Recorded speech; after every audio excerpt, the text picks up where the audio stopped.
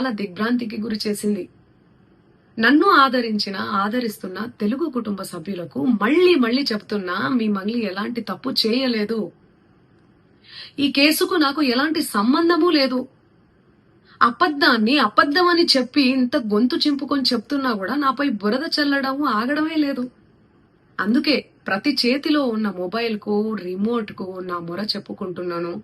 చట్టాన్ని గౌరవించే పౌరురాలిగా బాధితులకు న్యాయం జరిగేందుకు, దర్యాప్తు అధికారులకు సహకరించేందుకు నేను సిద్ధంగా ఉన్నానని మీకు విజ్ఞప్తి చేసుకుంటున్నాను.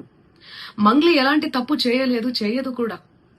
ఈ మైక్రో ఫైనాన్స్ కేసు చీటింగ్ కంపెనీకి డబ్బులు వసూలు చేసిన వివాదంలో నాకు ఎలాంటి సంబంధం కూడా లేదు. మధునాయక్ ను మా కమ్యూనిటీ ప్రోగ్రామ్ లో భాగంగా నన్ను, నా తమ్ముడు శివాను కలిసిన మాట వాస్తవమే. కానీ అతను చేసే వ్యాపార వ్యవహారాలు, అతని వ్యక్తిగత జీవితానికి సంబంధించినటువంటి సమాచారంపై నాకు ఎలాంటి అవగాహన లేదు.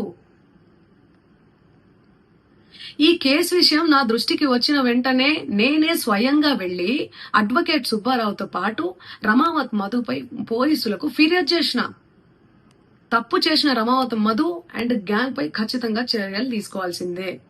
బాధితులకు న్యాయం చేయాల్సిందే.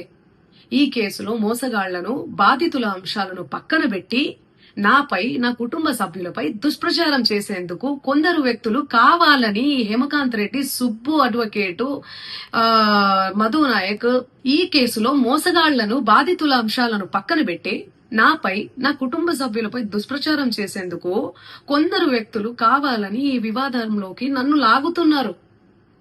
నిజానికి మైక్రో ఫైనాన్స్ అనే వ్యవహారంలో నష్టపోయింది బాధితులతో పాటు నేను కూడా ఒక బాధితురాలనే.